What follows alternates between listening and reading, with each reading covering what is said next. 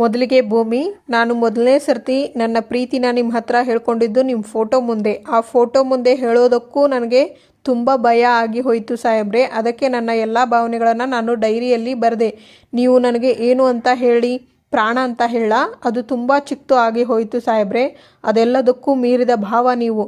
ಹೌದು ಸಾಹೇಬ್ರೆ, ನಾನು ನಿಮ್ಮನ್ನು ತುಂಬ ಇಷ್ಟಪಡ್ತಾ ಇದ್ದೀನಿ.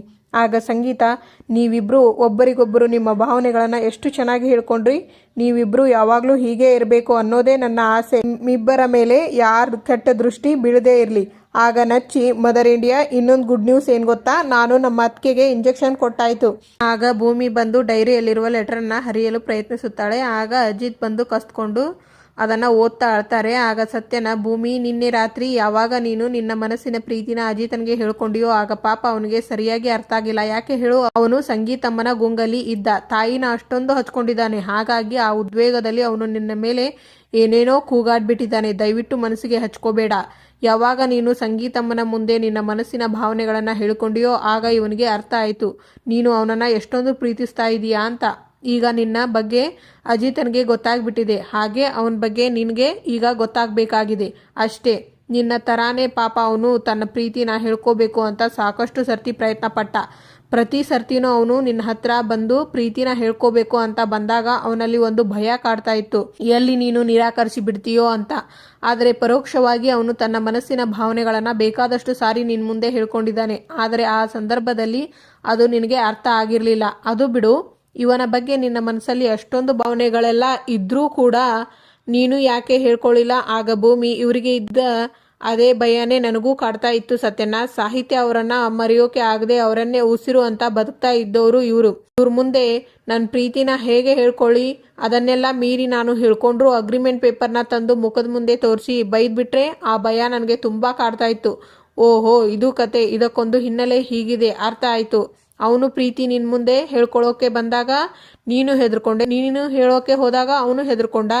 ಇಬ್ಬರ ಮಧ್ಯ ನಾನು ನಿಮ್ಮಿಬ್ಬರ ಪ್ರೀತಿನ ಹೇಳ್ಕೊಳ್ತೀರಿ ಅಂತ ಹೋದ್ರೆ ನೀನು ಬಿಡ್ಲಿಲ್ಲ, ಇವನು ಬಿಡ್ಲಿಲ್ಲ. ಉತ್ತರೆ ಹೊಲ ಚಂದ, ಬಿತ್ತಿದರೆ ಬೆಳೆ ಚಂದ ಅನ್ನೋ ಹಾಗೆ ಪ್ರಯತ್ನ ಇಲ್ಲದೆ ಯಾವ ಫಲಾನೂ ಇಲ್ವೇ ಇಲ್ಲ. ಆದರೆ ಭಗವಂತನ ದಯ ಸದ್ಯ ಈಗ ಒಬ್ಬರನ್ನೊಬ್ರು ಅರ್ಥಕೊಂಡ್ರಲ್ಲ, ಅಷ್ಟು ಸಾಕು. ಇನ್ಮುಂದೆ ಎಲ್ಲವನ್ನೂ ಮರ್ತ್ಬಿಟ್ಟು ಸಮಾಜದಲ್ಲಿ ಆದರ್ಶ ಗಂಡ ಹೆಂಡತಿ ತರ ಬದುಕಿ. ದಯವಿಟ್ಟು ನನ್ನ ಆಸೆನ ನೆರವೇರಿಸಿ.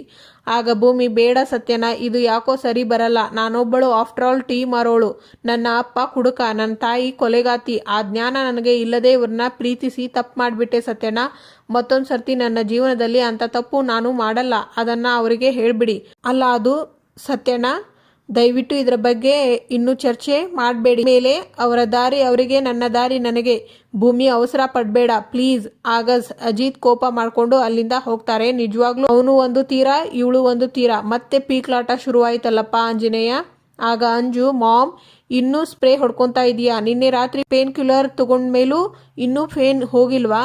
ಅವಳೇನು ಪ್ರೀತಿಯಿಂದ ಸವರಿದ್ಲೇನೆ ನನ್ನ ಕತ್ತನ್ನ? ಅಬ್ಬಾ, ಬಿಟ್ಟಿದ್ರೆ ನನ್ನ ಕತ್ತು ಹಿಸುಕಿ ನನ್ನ ಪ್ರಾಣನೇ ತೆಗೆದ್ಬಿಡ್ತಾ ಇದ್ಲು. ಅಲ್ಲ ಬೇಬಿ, ನೋಡೋಕೆ ಒಳ್ಳೆ ಕಡ್ಡಿ ಥರ ಇದ್ದಾಳೆ, ಎಲ್ಬಿನ ಗೂಡು. ಅಷ್ಟೊಂದು ಎನರ್ಜಿ ಎಲ್ಲಿಂದ ಬಂತೋ?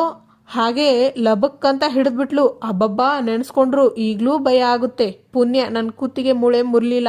ಮಾಮ್, ಅವರ ಮಗಳನ್ನ ಸಾಯಿಸ್ತೀನಿ ಅಂತ ಹೇಳಿದಾಗಲೇ ಶಾರದಾ ದೊಡ್ಡಮ್ಮ ಅಷ್ಟು ಟ್ರಿಗರ್ ಆಗಿದ್ದು. ದಟ್ ಮೀನ್ಸ್ ಮೆಮರಿ ಲಾಸ್ ಆಗಿದ್ರು ಮಗಳು ಅನ್ನೋ ಎಮೋಷನ್ ಇನ್ನೂ ಒಳಗೊಳಗೆ ಸ್ಟ್ರಾಂಗ್ ಆಗಿ ಇದೆ. ಯಾವುದಕ್ಕೂ ಇನ್ಮೇಲೆ ಅವಳ ಹತ್ರ ಹುಷಾರಾಗಿರ್ಬೇಕು. ನಮ್ಮನ್ನ ಬಿಟ್ಟು ತೊಲಗಿದ್ರು ಅಂದವರೆಲ್ಲ ಮತ್ತೆ ವಾಪಸ್ ಬಂದು ನಮ್ಮ ಕಾಲಿಗೆ ಜಿಗಣಿ ತರ ಸೇರ್ಕೊಂತಾ ಇದ್ದಾರೆ. ಅದೇನೋ ಸರಿ ಮಾಮ್, ಬಟ್ ಎಷ್ಟು ದಿನ ಅಂತ ಈ ತರ ಭಯದಲ್ಲೇ ಇರಬೇಕು? ಅಯ್ಯೋ, ಈ ಪ್ರಾಬ್ಲಮ್ಗೆ ಏನಾದರೂ ಒಂದು ಸೊಲ್ಯೂಷನ್ ಫೈಂಡ್ ಔಟ್ ಮಾಡಲೇಬೇಕು ಮಾಮ್. ಬೈ ಚಾನ್ಸ್ ಶಾರದಾ ದೊಡ್ಡಮ್ಮನ ಮೆಮೊರಿ ಎಲ್ಲ ವಾಪಸ್ ಬಂದ್ಬಿಟ್ರೆ? ಅಜಿತ್ ರಿವಾಲ್ವರ್ನ ನೋಡಿ ನನ್ನನ್ನು ಯಾರೋ ಶೂಟ್ ಮಾಡಿದ್ರು ಅನ್ನೋ ನೆನಪು ವಾಪಸ್ ಬಂತು ಅಂದರೆ ಮುಂದಕ್ಕೆ ಏನೇನೋ ನೋಡಿ ನನ್ನ ಶೂಟ್ ಮಾಡಿದ್ದು ಇವಳೇ ಅಂತ ನಿನ್ನನ್ನು ತೋರಿಸ್ಬಿಟ್ರೆ? ಪಾಸಿಬಿಲಿಟೀಸ್. ಅದಕ್ಕೂ ಮುಂಚೆನೇ ಅವಳಿಗೆ ಒಂದು ಗತಿ ಕಾಣಿಸ್ಬೇಕು. ಸಾಲದಕ್ಕೆ ಈಗ ಅಜಿತ್ ಬೇರೆ ನನ್ನನ್ನು ಡೌಟಲ್ಲಿ ನೋಡ್ತಾ ಇದ್ದಾನೆ. ಅಜಿತ್ ಯಾಕೆ ಶ್ರವಣ್ ರೂಮ್ಗೆ ಹೋಗ್ತಾ ಇದ್ದಾನೆ? ಬೇಬಿ, ಇಲ್ಲೇ ಇರು, ಏನು ಅಂತ ನೋಡ್ಕೊಂಡು ಬರ್ತೀನಿ. ಆಗ ಅಜಿತ್, ಮಾವ ಕೂತ್ಕೋ, ಬ್ಯುಸಿ ಇದ್ರಿ ಅನ್ಸುತ್ತೆ, ನಾನು ಆಮೇಲೆ ಬರಲಾ? ಏನೂ ಇಲ್ಲಪ್ಪ, ಯಾವುದೋ ಒಂದು ಕೇಸ್ ವಿಷಯವಾಗಿ ಕೆಲವು ರೆಫರೆನ್ಸ್ ಬೇಕಿತ್ತು, ನೋಡ್ತಾ ಇದ್ದೆ. ಕೂತ್ಕೋ. ಮಾವ, ಈಗ ನಾನು ನಿಮ್ಮ ಹತ್ರ ಮಾತಾಡಬೇಕು ಅಂದ್ಕೊಂಡಿರೋ ವಿಚಾರ ನಿಮಗೆ ಡಿಸ್ಕಂಫರ್ಟ್ ಫೀಲ್ ಆಗ್ಬೋದು. ಆದರೂ ನೀವು ಯಾವುದೇ ಕಾರಣಕ್ಕೂ ಎಮೋಷ್ನಲ್ ಆಗಿ ಅದನ್ನು ಆನ್ಸರ್ ಮಾಡದೆ ಪ್ರಾಕ್ಟಿಕಲ್ ಆಗಿ ಆನ್ಸರ್ ಮಾಡಬೇಕು ಅಂತ ಎಕ್ಸ್ಪೆಕ್ಟ್ ಮಾಡ್ತಾ ಇದ್ದೀನಿ. ಪೀಠಿಕೆ ಜೋರಾಗೇ ಇದೆ, ಅದೇನು ಕೇಳು. ಶಾರದಾ ಅತ್ತೆ ಚೆನ್ನಾಗಿ ಇದ್ದಾಗ ದೇವಯಾನಿ ಅತ್ತೆ ಮತ್ತೆ ಶಾರದಾ ಅತ್ತೆ ರಿಲೇಶನ್ಶಿಪ್ ಹೇಗಿತ್ತು? ಚೆನ್ನಾಗೇ ಇತ್ತು. ನಿಜ ಹೇಳಬೇಕು ಅಂದ್ರೆ ಇಬ್ಬರು ಒಡಹುಟ್ಟಿದ ಅಕ್ಕ ತಂಗಿ ತರ ಇದ್ರು. ಅಜಿತ್, ನಿನಗೆ ಒಂದು ವಿಷಯ ಗೊತ್ತಾ? ದೇವಯಾನಿ ಶಾರದಂಗೆ ಒಂದು ಮಾತು ಹೇಳೋಳು. ಅಕ್ಕ, ನಾನೇನಾದರೂ ಒಂದು ವೇಳೆ ಪ್ರೆಗ್ನೆಂಟ್ ಆದರೆ ನಾನು ನಮ್ಮ ತಾಯಿ ಮನೆಗೆ ಹೋಗಲ್ಲ, ನಿನ್ನ ಜೊತೆ ಇಲ್ಲೇ ಇರ್ತೀನಿ ಅಕ್ಕ. ಅಕ್ಕನ ಥರ ನೀವೇ ನನ್ನನ್ನು ನೋಡಿಕೊಂಡು ಆರೈಕೆ ಮಾಡಬೇಕು ಅಂತ ಹೇಳೋಳು. ಅಷ್ಟು ಅನ್ಯೋನ್ಯವಾಗಿ ಇದ್ರು ಇಬ್ರು. ದೇವಯಾನಿ ಅತ್ತೆಗೆ ಶಾರದಾ ಅತ್ತೆ ನೋಡಿದ್ರೆ ಅಷ್ಟೊಂದು ಪ್ರೀತಿ ಇರಬೇಕಾದ್ರೆ ಈಗ ಶಾರದಾ ಅತ್ತೆ ಯಾಕೆ ದೇವಯಾನಿ ಅತ್ತೆ ಕತ್ತು ಹಿಚ್ಕೋದಕ್ಕೆ ಹೋಗಿದ್ರು? ಆ್ಯಂಡ್ ಆ ಕತ್ತು ಹಿಚ್ಕೋ ಮೊಮೆಂಟ್ ನೀವು ನೋಡಿದ್ರಾ? ಶಾರದಾ ಅತ್ತೆ ಎಷ್ಟು ಕೋಪದಲ್ಲಿ ಇದ್ರು. ನಂಗೆ ಯಾಕೋ ಇದ್ಯಾವುದು ನಾರ್ಮಲ್ ಅಂತ ಅನಿಸ್ತಾ ಇಲ್ಲ ಮಾವ. ಒಬ್ಬರ ಮೇಲೆ ಭಯಂಕರ ಕೋಪ ದ್ವೇಷ ಇದ್ರೆ ನಾನೇ ಅಷ್ಟು ಗಟ್ಟಿಯಾಗಿ ಹಿಡಿಯೋದಕ್ಕೆ ಆಗೋದು. ಶಾರದಾ ಅತ್ತೆ ಇವತ್ತಿನ ಪರಿಸ್ಥಿತಿಗೆ ದೇವಯಾನಿ ಅತ್ತೇನೆ ಕಾರಣ ಅಂತ. Will you please stop this nonsense Ajit? Police brain sharp ಆಗಿ ಇರಬೇಕು, ಎಲ್ಲರನ್ನೂ ಅನುಮಾನದಿಂದ ನೋಡಬೇಕು ನಿಜ, but not to this section. ತೀರಾ ಈ ಮಟ್ಟಕ್ಕೆ ನಿನ್ನಿಂದ ನಾನು ಇದನ್ನ ಎಕ್ಸ್ಪೆಕ್ಟ್ ಮಾಡಿರಲಿಲ್ಲ ಅಜಿತ್. ಮಾವ, ನಾನು ನಿಮಗೆ ವಿಷಯ ಶುರು ಮಾಡೋದಕ್ಕೆ ಮುಂಚೆನೆ ಹೇಳಿದೆ, ನಿಮಗೆ ಡಿಸ್ಕಂಫರ್ಟ್ ಫೀಲ್ ಆದ್ರೂ ನೀವು ಎಮೋಷನಲ್ ಆಗಿ ಆನ್ಸರ್ ಮಾಡದೆ ಪ್ರಾಕ್ಟಿಕಲ್ ಆಗಿ ಆನ್ಸರ್ ಮಾಡಬೇಕು ಅಂತ. ನೀವು ನನ್ನ ತಪ್ಪು ತಿಳ್ಕೊತಾ ಇದ್ದೀರಾ ಮಾವ? ನಾನು ತಪ್ಪು ತಿಳ್ಕೊತಾ ಇಲ್ಲ, ತಪ್ಪು ತಿಳುವಳಿಕೆನ ದೂರ ಮಾಡ್ತಾ ಇದ್ದೀನಿ. ಒಂದು ಸಲ ನಮ್ಮ ಗಾರ್ಡನ್ನಲ್ಲಿ ಶಾರದನಿಗೆ ಹಾವು ಕಚ್ಚೋಕೆ ಅಂತ ಬಂದಾಗ ದೇವಯಾನಿ ಮಧ್ಯ ಬಂದು ಶಾರದಾನ ಆ ಹಾವಿಂದ ಕಾಪಾಡಿದ್ಲಂತೆ. ಆಗ ದೇವಯಾನಿ ತುಂಬು ಗರ್ಭಿಣಿ. ಆ ಹಾವು ನನಗೆ ಕಚ್ಚಿದ್ರೆ ಆಗಲಿ ನನ್ನ ಮಗುಗೆ ಆಗಲಿ ತೊಂದರೆ ಆಗುತ್ತೆ ಅಂತ ಗೊತ್ತಿದ್ದು ಅವಳು ಅಷ್ಟು ದೊಡ್ಡ ರಿಸ್ಕ್ನ ತಗೊಂಡಿದ್ದಾಳೆ. ಇದರಲ್ಲಿ ಅರ್ಥ ಆಗಲ್ವಾ ಅವರಿಬ್ಬರ ನಡುವೆ ಎಂಥ ಸಂಬಂಧ ಇತ್ತು ಅಂತ?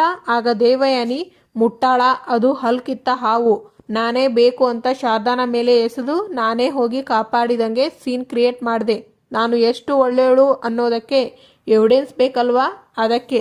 ಆಗ ಶ್ರವಣ್, ಅಜಿತ್ ಪ್ಲೀಸ್ ದೇವಯಾನಿ ಬಗ್ಗೆ ಅನುಮಾನ ಪಡೋದಕ್ಕೆ ಹೋಗಬೇಡ, ಅದರ ಬದಲು ಬೇರೆ ಆ್ಯಂಗಲಿಂದ ಇನ್ವೆಸ್ಟಿಗೇಷನ್ ಮಾಡಬಹುದಾ ಅಂತ ಟ್ರೈ ಮಾಡು.